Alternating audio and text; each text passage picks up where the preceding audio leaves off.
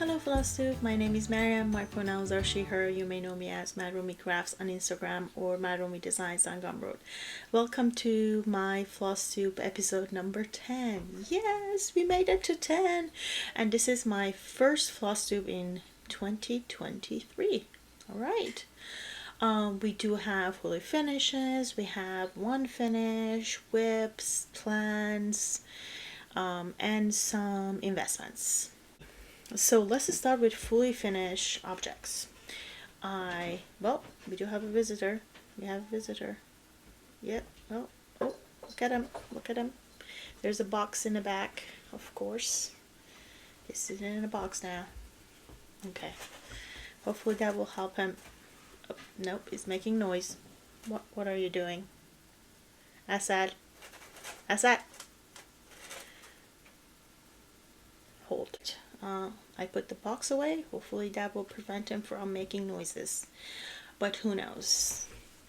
Okay, so let's talk about fully finished objects. So that box that was behind me, that was my box of fully finished items that I have been holding on to, not putting up, because I was waiting to record this video first. So here we go. So let's start with a reframe. So I have four items and they're all frames. These frames, every single one that I'm showing you today, they're all from frameiteasy.com. It's a website.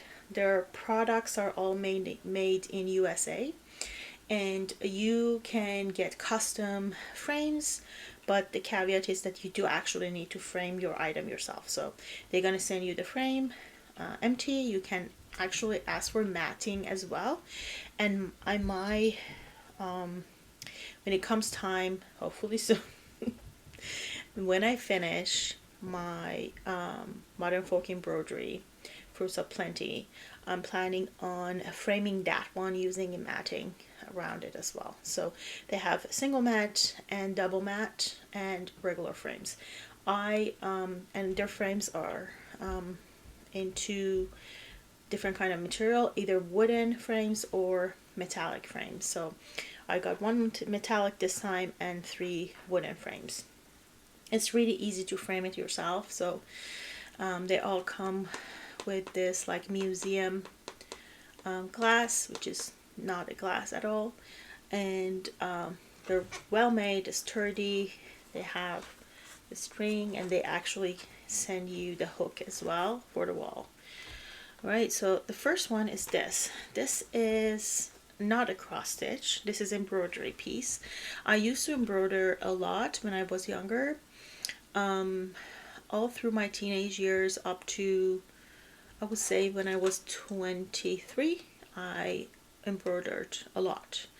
And I did not keep any of my pieces. This is the only finished object that I have of my own making. Every single one that I made was gifted. So all of my family members, majority of my family members, have at least one of my pieces in their house. So yeah. This is, let's try not to make it too clear. So you see that it's not a perfect frame, right? So there's a story behind this. So when I finished this in 15 years ago, I think, yeah, that was the last time. Yeah. So 15 years ago, I finished this. And when I finished it, I took it to a specialized framer, and they framed it. Apparently, like, they told me that it was like a professional frame. This was really close to the time when I was immigrating to US. So before I left Iran, I wanted to frame this and bring it with me. So I did the framing there, and when I went to pick up the item, like, my dad picked it up and brought it home for me. And when I looked at it, I was not happy. It did not look nice or right in any way. You can see the actual like old photos of it. I might insert them here.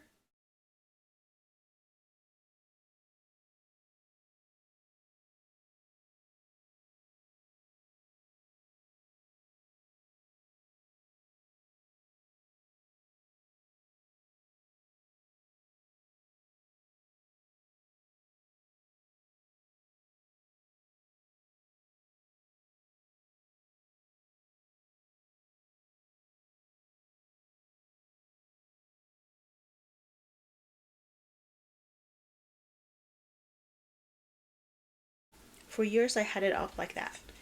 And by the way, if you hear munching, my cat is eating his lunch. So yeah, for years I had it up like that until I decided just recently that I do need to reframe it, because it looked like that they wrapped the fabric around a cardboard, like this color cardboard, not a white board. So I thought that that was the issue, so I would just take it apart. I had acid-free foam core, and I would say I'm going to wrap it around that, reframe it using the same frame that I bought like years ago. Well, I opened it, and what I found was that they actually stapled my piece to the actual frame from the inside by like millimeters from the glass, and they actually used the actual glass on it. And over the years, those staple, like the pins, they all rusted, and it was a mess. First of all, because they used the staple, they pulled the fabric, and the fabric was a mess. I was so upset.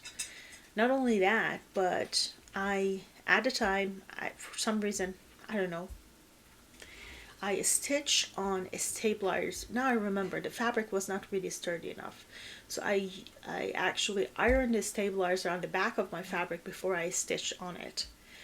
For some reason, they tried to pull that and get rid of it. They were not able to, so there were like shreds of a stabilizer on the back.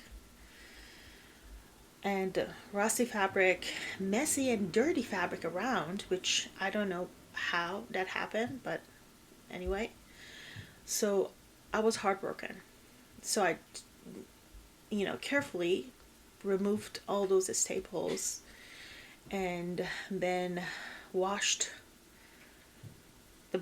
the work, not knowing if the threads that I used at the time were color fast or not. I rubbed a piece of it with a damp cloth just to see if the color will come out, and it didn't, and I just hoped for the best, and I gave it a bath. The color improved tremendously afterward. Some of the rust I was able to get out, some still were there, so I ordered a frame in a way that the best way I could to cover as much of the damaged part around the edges of the fabric with the new frame. So this is the new frame. I ordered a metallic green one because there's a lot of green in it, so I wanted to pull that color out. And unfortunately, the threads were color fast, but the fabric shrunk just a little, or no, the threads shrunk just a little. So now there are these like creases that I cannot take out, but it's okay. It looks okay. It looks decent. It looks much cleaner than it was, and also because this is like has a sentimental value. This was the last piece that I embroidered before I moved to US, and this was the only piece that I kept for myself. So here it is, and there are a lot of like satin stitches, and some of these, like, I don't know how I did these. I don't remember a lot of these. Like there are like fluffy thing here. Looks like water. Now my cat is making noise. What else is new? Next is Afghan Sampler. This is one of my own designs. Actually, the last design that I finished last year. And I don't know, the reflection is too much. So this is a wooden frame. I chose this like red tone one so it can actually match the stitching, because the stitching is in 12 Wasaki in chestnut, which is like a dark red, and the fabric is vintage country mocha, 18 count. I love this. Next is New Normal by Long Dog Sampler. I got so much reflection. Again, 12-way sulky. The fabric is 18 count light coffee, and I use 12-way sulky in Peacock Plume to stitch this. I loved it. I started it in September of 2021 and I finished it sometime, I think, beginning half of 2022. Yeah. Use this wooden frame in a dark brown. Next is Black Vintage Sampler by Owl Forest Embroidery. This was one of the last finishes of 2022. Just look at it. I just love this piece. Yeah. You can see it from this distance. Just love this piece. So I chose this like a little bit of like a, do like the look of this frame. It's black. They offered it in metallic as well, but I chose the black over that. It looks really good. So yeah. Now on to finishes.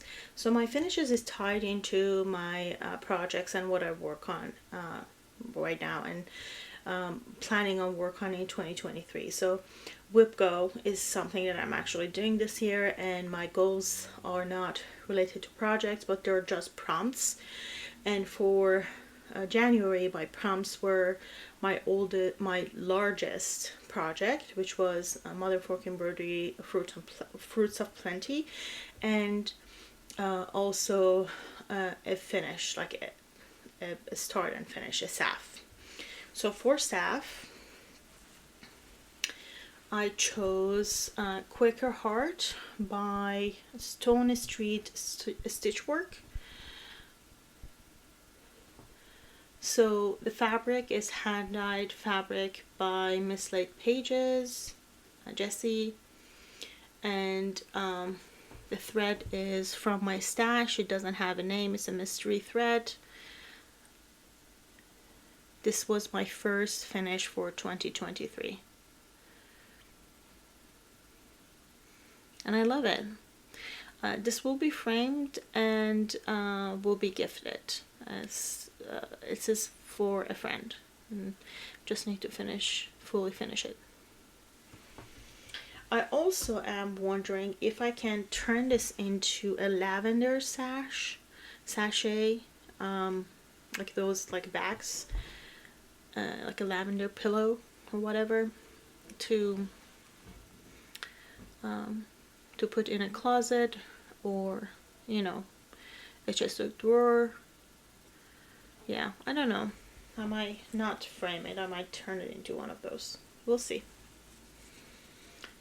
Okay, that was my only cross stitch finish. I had a diamond painting finish. It's called Tell Me Bedtime Stories by Mandy Manzano, and I will insert a photo here.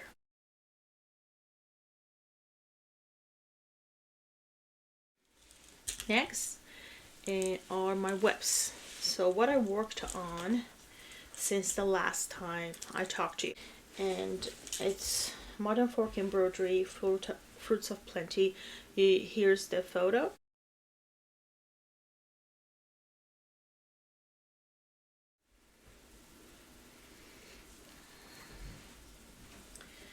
So I finished page 8, and this is the house I chose.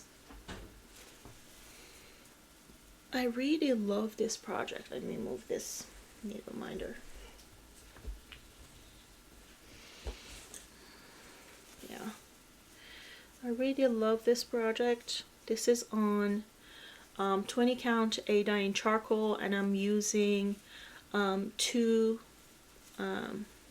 sulky 12 weights. One is red Christmas red, which is the solid red, and the blendable that I'm using is jewel toned. Has blue, purple, and pink in it. Yeah. I'm definitely am planning on finishing this year. So anytime WIPgo prompt is can be interpreted as as working on this project, I will choose working on this project. Also, if just like this for February, I'm going to talk about that. If that happens and the prompt, I choose to work on different projects based on the prompt, I will set aside another week just to make sure that I work on one page of this. So it takes 6 days to finish a page for me, usually. And my WIPgo prompts are for 6 days of stitching on whatever prompt that is. Next is Peppermint Purple Salve for 2023. I am done with the frame and layout. I chose frame 1, layout 1. Let me get it closer so you see it. So this is the frame. I know it's like in a corner, but you know, it happens. So this is on 16 count Aida, hand dyed by MislaidPages. This fabric doesn't have a name, and I'm using I'm using DMC 820. Yeah. And planning on getting back to these now that the layout is done and frame is done every couple months, just to catch up with all the weekly drops. Next is my New Year start. It's Come to the Garden by Teresa Kogut. And I am making the colors more saturated, and I chose a blue fabric. So this was my original start. So the fabric is this vibrant blue. This was one of those like really tough, stiff fabrics that I had, and I over dyed it so it softened a bit, but it's still, when I started stitching on it, I realized that it's too stiff. I'm not enjoying this. First I thought maybe it's because of the colors. So as you see, the green that I chose doesn't really pop against the fabric, so I started picking out those. So I had some stitched here, some stitched there of that same green, and even here more of this stem was stitched, and then I decided to just pick it out. So I frogged all of these. While I was frogging it, I realized that's not the issue. The issue is the fabric itself. I'm not happy with the fabric. I see myself stitching, like cutting these into small pieces and stitching smalls on it, because yes, it is stiff. I love the color, but if it's a small piece, it's not going to be that annoying. But if it's a project you're spending a lot of time on and it will take a long time to finish, you do need to like the fabric much more. And it needs to be like, that was the lesson that I learned from the black vintage sampler that you see there. That fabric was super stiff, even stiffer than this, and it was like a torture to stitch on that. So I'm not going to do that again. I don't like the fabric, so I decided to change my fabric. So I had a restart. So I just restarted this on Picture This Plus 18 count in Mystic. And this is how much I have. So it's, you know, the tone is different, right? But blue, it's another blue. And here where I am. So, and I changed that green that I chose for that one. I chose a lighter green. So here we go. This is my restart. And I love this fabric. I really love it. It's really easy to stitch on. Like Picture This Plus is a fantastic like fabric. The quality is really good. And it's really easy to stitch on. Uh-oh. Did I just lose the needle? Just lose. Oh, here we go. Woo! Here's my needle. That was close. let's not do that again.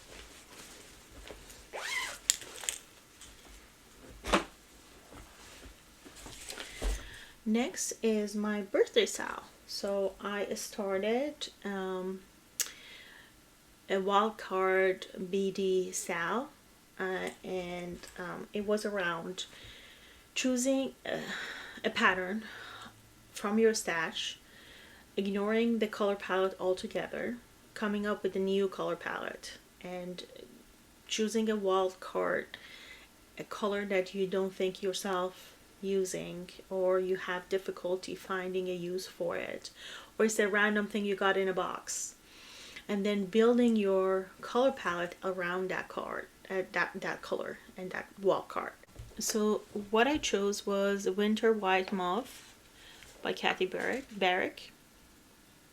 So as you see, this is like white and then various shades of green. Like, that's not black, that's really dark green. And the fabric, and one yellow, that's the pop. And the fabric is this like neutral yellowy color. So I decided to go wild, which is difficult for me because I actually do like colors. So I experiment with colors all the time.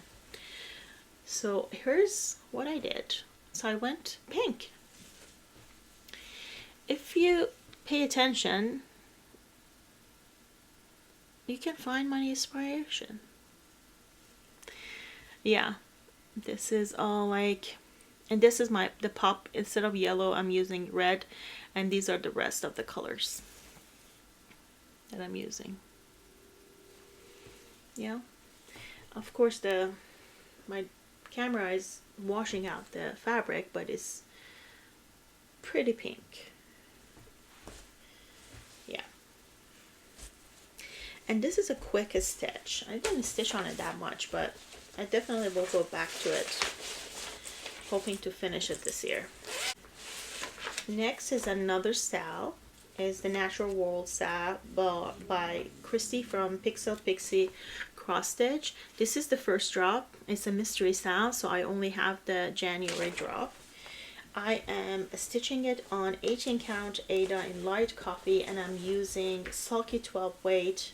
This is like, suggested colors are 2, but I'm actually using only 1. I'm going to make it work. I'm going to just make it monochrome. And I am using Sulky 12 weight in Olive Tree, which is this wildly variegated color.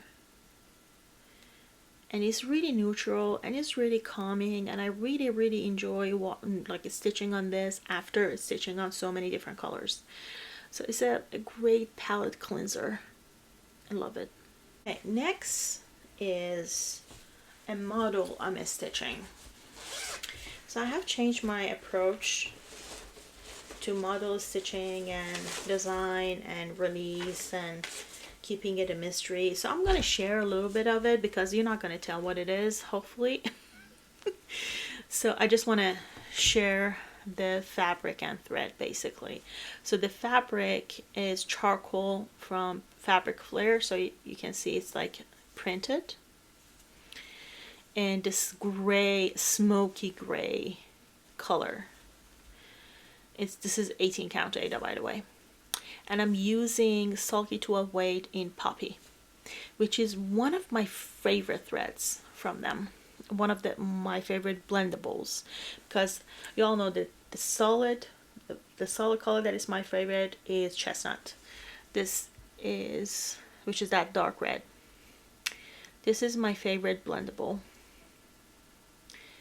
It's pink and orange and red, and it's so beautiful. It's like a dancing kind of fire. So yeah. Can you guess what this is? So this is my new design. I finished designing this. Like I had like a when I have this rush of inspiration, I usually write that rush. So I basically sat down and designed that pattern in one sitting, one day, and then printed out and I started model stitching like right away. I don't have a deadline for this, so that's going to be my approach this year to designing. So I'm going to just go with the flow, see how I feel, and whenever something is ready to be released, will be released. I'm not going to stress out myself over this, because this is supposed to be fun, right? Okay, I'm going to talk about designing a little bit more when we get to plans. So yeah, that was another WIP that I'm working on currently. Last WIP, which ties into my February plans, is Lakapathy. Lakapathy is a Bella Filipina. Let me find a cover photo. There it is. There she is. It's just gorgeous. So I really love this pattern. So it was just calling to me. So I took it out one night after a lot of model stitching, and I was tired and wanted something different. So I took her out and I started on this page, which doesn't have much. So it's like just a border and a little bit of like rice, like a stems here that will come right now. I don't have it. She's gorgeous. And for this, I don't like beading. This is, by the way, 18 count opalescent mystic fabric in Night Sky Unifer. And instead of beading, which I don't like, I just replace all the beads with Petite Treasure braid. So all this sparkle is that thread. So let's talk plans. So numbers, WIPgo numbers came out, 7 and 11, 7-11. 7 for me, one of them, I don't know which one is it, but one of them is a WIP, a happy WIP. So for me, this is happy WIP. She's happy. It's a lot of sparkle, lots of color. She's beautiful. So I'm gonna count this as my happy WIP, and for that prompt, I will be working on her. So the next prompt for February is the WIP with the most color. So for me, it's Flavor of Autumn by Mary Weaver.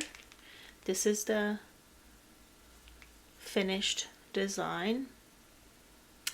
It's a full coverage. It's my only full coverage that I'm working on now. It's on 20 count Aida using DMC, one strand of DMC over one in 10 stitch. So I'm doing 10 stitch, so that's how big it will be. And I have already finished page 1, so for this prompt I'm gonna move to page 2, which is this one here. I feel like even though the prompt is for the most colorful, this next page actually will be really boring because it's right here. So the majority of it will be the wall and this little guy here. That's it.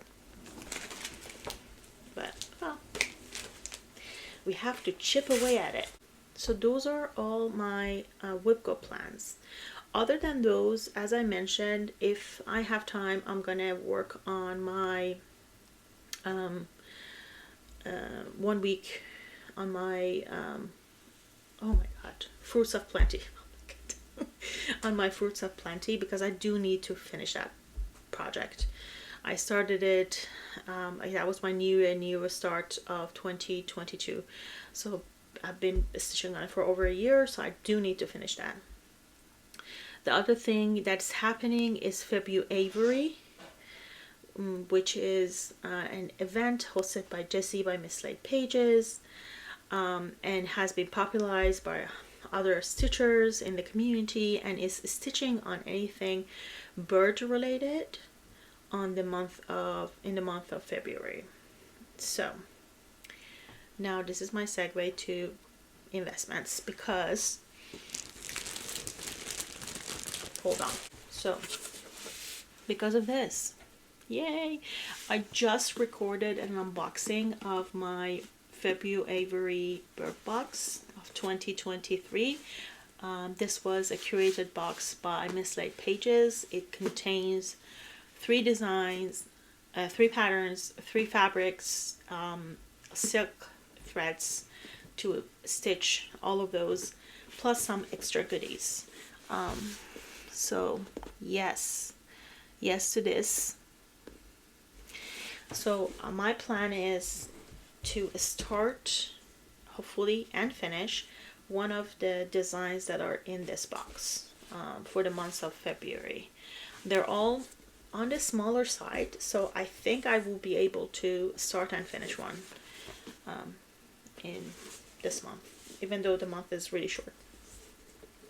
So that was my first investment. I recorded a separate unboxing video for this, just to say everything was fantastic. So if you missed out on this box this time around, first of all, keep an eye out. Hopefully there will be another February box for next year, and if that is the case, make sure you jump on it and order your box. And also, hopefully Jessie will come up with other boxes, at least hopefully one more, fingers crossed, this year. I don't know if this is something that they're thinking about or not, but I'm just putting it out in the universe. Yeah, so keep an eye out. Don't miss out on these boxes. I know there are tons of boxes out there, but I have seen a lot of those boxes. First of all, they rarely offer 18 count fabric. Jessie offered 18 count and 40 counts for those who stitch on higher counts. And the second thing is, everything in this box, with the exception of one item, was stitchy related. So no random things, none of that. Everything, you basically have everything. The only thing that is missing that you need to have when you get this box is a hoop, and you're good to go. So everything you need is in the box, and I like that. I like that every item is useful item, and they're all fun and on theme and beautiful, but they're all useful items that you actually use. Okay. All right, so that unboxing will be released on February 1st, because Jessie asked us to hold off on sharing spoilers, because international customers still are waiting for their boxes. So yep. Next, this is actually another item that I ordered a way back, but I received after I recorded the last Flosstube. So Jody from Trixie the Tricycle on Instagram and on Flosstube has opened her shop, Cedar River Linen and Design, and she launched her first collection of fabrics, and she included Aida as well. So of course I purchased. First of all, branding. I mean, off the bat with the branding, she has her own like tissue paper, right? And it came in a really nice box. Everything was recyclable, and I love that. So a thank you note, and then it came with a cedar hanger. I'm probably gonna keep this in my scarf, storage bag. And They're all like protected in these papers. So I tested, because I mean, I'm gonna put this in the universe, and I'm gonna just say that the reason why what happened, I'm gonna tell you what happened was because I was meant to test Jody's customer service. So I tested Jody's customer service. Okay, so I meant to order 3 fabrics from Jody. 1 neutral, 2 colors. She only had 2 colors anyway, so I wanted to make sure that I ordered 2 colors. One of the colors is this beautiful green. You see? I mean, it's washed out on the camera, but it's, believe me, it's beautiful green. And it's 20 count Aida in arboreal. I cannot. Anyway, so I go on the website.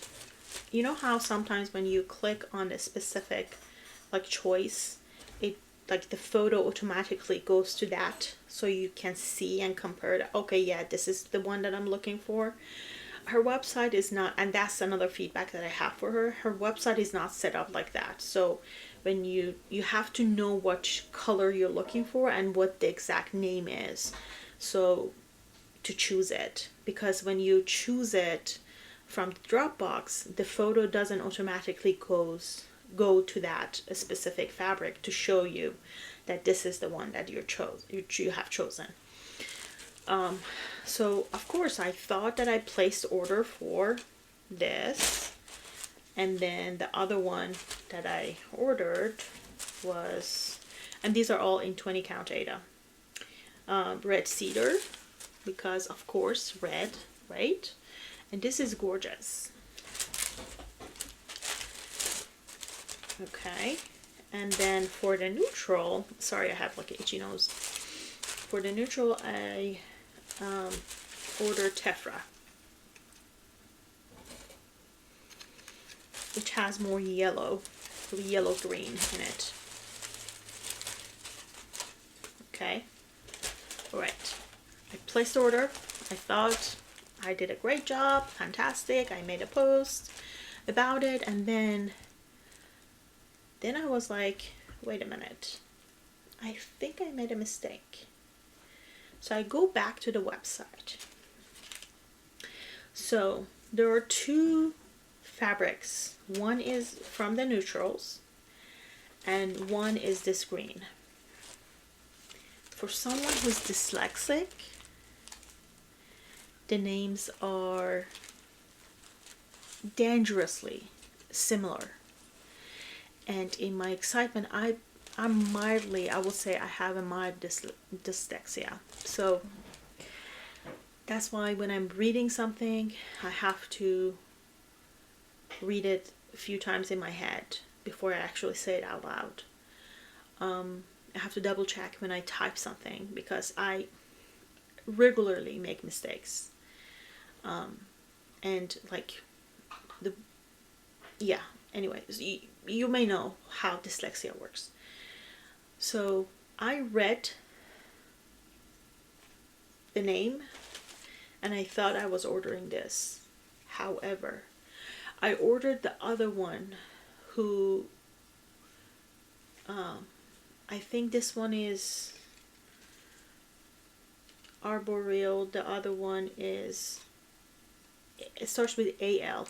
Anyway, so when you look at it at a glance, for someone who's dyslexic, so if you don't have dyslexia, you may not relate to it at all. You look at it and you see 2 distinct different words. For me, however, and I have mild dyslexia, I don't have a lot of issues. I can cope with it pretty well, I will say. I looked at it, it looked the same. so of course, when I order, and because I don't see the photo, because I should know what I'm ordering, and I choose the fabric, and I don't have that confirmation of the image to say, okay, so this is what I'm ordering, I thought I ordered the correct one, but I actually did not order this. I ordered the other one, which is really pale, almost white. Not white, like off-white kind of color. It's like a really cream. It's a cream color. So, no. So I made a story and I said, yeah, leave it to me to, like, this is what I meant to order. This is what I ordered. Immediately, like within minutes, Jody messaged me and said, let me fix it for you. And I, like, as soon as I saw that, that I made a mistake, I went back to the website because I didn't want to miss out on the green, because I really wanted the green in the first place. I made a separate order for this one alone. So Jody messaged me. She said, let me fix it for you. I can swap the fabrics. I said, well, I placed another order for the other one. She said, if you want, I can cancel that order and then swap the fabric for this first order that you had. So I said, fantastic, let's do that. So next day, I had email in my mailbox that it was fixed and the correct order was confirmed, and the swap was done and the first order was canceled and all was done. Mind you, this was around the time that she was super busy dealing with, I don't know how many orders, but I know that in the first wave she shipped 300 orders, which is not a small number. That's a lot for someone who's just launching. And this was not, like, this was like first round. She actually had more orders. Among all of that, in the midst of all of that, she made sure that she corrected my mistake. It was my mistake, but she made sure to correct it. So made sure that I'm happy with my order, and I appreciate that. So I would say it was meant to be, because I wanted to test Jody's customer service. So I'm here to tell you that Cedar River Linen and Design has a great customer service, and they're communicative, they're really good at making sure that you are satisfied with your orders. So all jokes aside, I can't wait to stitch something on these three, especially these two colors. Yeah. Next, I'm gonna go over some, I have some patterns that I bought, and then a pattern and a fabric that are tied together. Okay, first, patterns. So as soon as Stitchworks had a sale on Etsy, so I placed an order for 3 of the designs. First is the book house, and I love the sentiment. I think it's true, at least for me. I love reading books. Then I bought Leafy Lane. I do love these motifs. And I bought the MLK sampler, which is a coat from MLK. Okay. Also, I placed an order for a Tatreez pattern with Tatreezing. They do have Etsy shop, and they're on Instagram. And this is the wedding napkin. Do love the motifs.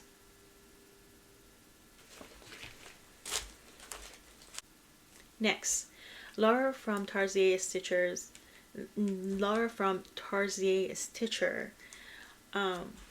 came up with her very first design for Lunar New Year. It's a Year of Rabbit, if you don't know. This I love. I love, love, love. First of all, like, hands down, cute rabbit, right? And by the way, these are all, like, this is not a variegated thread. You see, like, these bits are in different color. These are all, like, I think there are 3 colors in this rabbit. Okay, so that's one. Second thing, this is every single bits of this parts of this rabbit, and the 2023, the line behind it, has cultural significance. And it's really important to read, like, I mean, let me take it out. So the pattern itself is one page, right? But do you see the diagram? I love this. So Laura took time to explain every single bit of her design. This is, by the way, is Shimanchu Rabbit, and a lot of it has like Okinawan reference, like cultural reference, because that's her heritage. That's Laura's heritage. So she has provided a lot of information about her design, and then she suggested threads because the colors have significant meaning as well. So if you're someone like me who likes to change up colors, Laura highly recommended that we pay attention to the actual color chart and go with something that is closer to that. And that's what I'm planning to do. And in terms of the fabric, she has stitched hers on this sort of like a, is this raw linen? I think it is. Looks like it's opalescent though. I think it's opalescent raw linen or something like that she stitched this on. Right? I don't know. No, it's baby sheep light yellow, but it looks, doesn't look yellow in the, maybe it's the printer. Anyway, but I definitely will stitch it on yellow.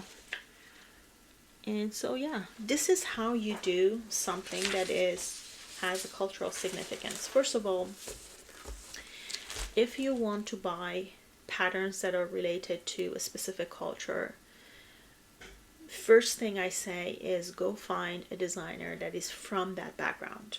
If you are looking for a pattern that is related to Japanese culture or Okinawan culture, to be specific in this case, look for a designer that is from that culture and knows what, not only knows the history behind it, but also respects those elements, respects those symbols and the meaning that it has for the people, that these, like, this has a meaning, right? It's not just a random money. Okay. Next thing is, if you're looking for that specific pattern that is related to that specific culture, and you cannot find someone from that culture that has made a pattern, next best thing is find a designer that is respectful of that culture. If the design that is offered is something that is not of that person's culture, I much rather see that design to be for charity, right? And not for profit at all. Again, there are questions about who will be the center here, the center of attention. The designer who is borrowing from someone else's culture, or the culture that this designs was inspired by. Okay, so I'm getting off my soapbox now.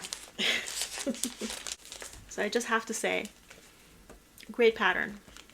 I hope Laura at least comes up with, if she doesn't become like a fully designer, which she's a busy woman, she has tons of other things to do, at least come up with once a year design for the new year, right? It's just once in a 12 months. Come on, Laura. Say yes. Say yes. It's a good idea. I think it's a good idea. Next and last, I caved. So this is for the queued up stitch along that started by Nitya from Daybreak Stitchery. So her idea was, there are tons of designers that we love and we have many patterns of. Great. But we do have WIPs that we are currently working on them, but they're continue designing and coming up with new designs, and you are tempted to start all the things. Instead of doing that, let's queue them up. So you finish one and then you'll start another one. So for me, Mother Fork Embroidery Fruits of Plenty is the one that I'm working on now. This is what I want to work on next. So this is the 2023 stitch along, which is called Reaching a Skyward. And this was the most brilliant way of coming up with the pattern, because Jacob has come up with so many alternatives. So every single things that you see on this, like this is the other alternative. So every single motif, like borders, parts, little motifs in there, the configuration of the bottom part, you see it's different. And the center is different too. He actually came up with alternative, like 4 separate patterns that you can use, either stitch them separately or to change that center pattern. And it's big, it's super big. So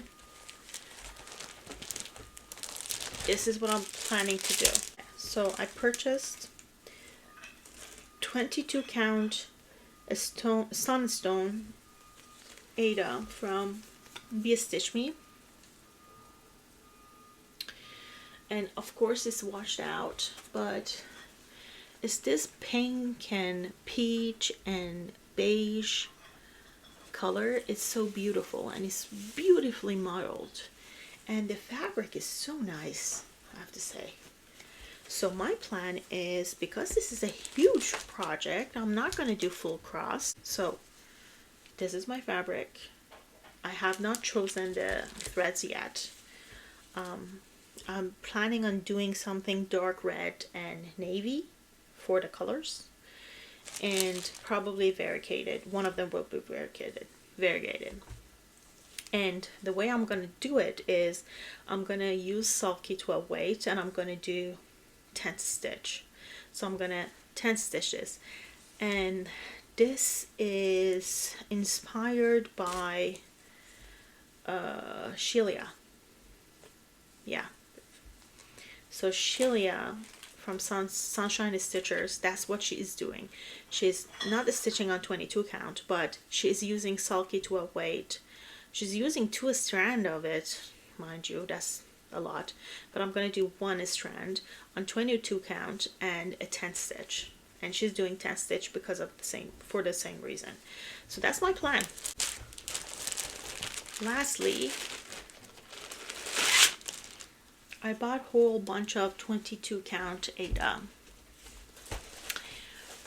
So this ties into my plans, my designing plans. So far I have been stitching mostly, and I mean designing and stitching myself the models, and my pattern have been, majority of them with the exception of one, the rest are monochrome. And they're really folky, sort of prim kind of motifs, right? Okay. I'm branching out, so I'm gonna take advantage of the fact that I am born in a super artistic family, and my father is a painter, my brother is a painter. I did dabble in painting too. I did painting since I was a child. Tried different mediums and used different tools, and painted a lot actually. my brother also painted for like a number of years and really seriously. And my uncles and my cousins, like it runs in the family on my father's side.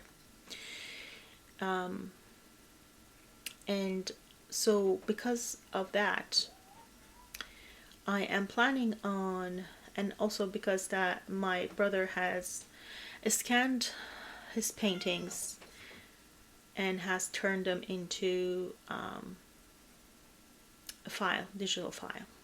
And he has given me permission to use those files. And I'm planning on turning some of those paintings into full coverage cross stitch patterns. I know that's not me.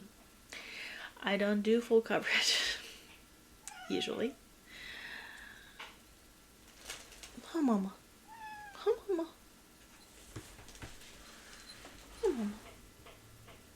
Sorry, Esa wants to go out. I don't do full coverage usually, but this is a new territory for me, and I'm really tempted to do that because I feel like he has a unique style of painting and he uses a lot of vivid colors. Oh, you have a visitor. What's happening? Hi. Oh. Yeah, he wants me to get up. What's that? What's that?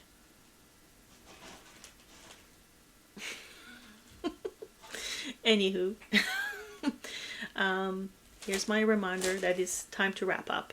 So anyway, so you're gonna see I'm gonna work on that. I don't know when my first first release will be, you know, ready. If first design will be ready to release, but I can promise you a lot of colors. That I can promise you. A lot of his paintings are really, I would say psychedelic. Not old school psychedelic, but there are a lot of vivid colors and they're interesting. So I think they will make great cross stitch patterns. So that's my hope. I'm gonna start charting some of his paintings into cross stitch patterns, and we'll be releasing them as they are ready to be released. I'm not gonna model stitch them because I'm not out of my mind. Because they don't need model stitching. It's full coverage. So anyway, okay, that's it. I hope as much and as little as you have time to stitch and do craft, you enjoy it. And I hope that you're kind to yourself, and if you're in a city that is snowy, just like what's happening here in Chicago today, that you're staying warm. And if you are on a hot down under and it's summer for you, I hope you stay cool. Okay, happy stitching everyone. See you later. Bye.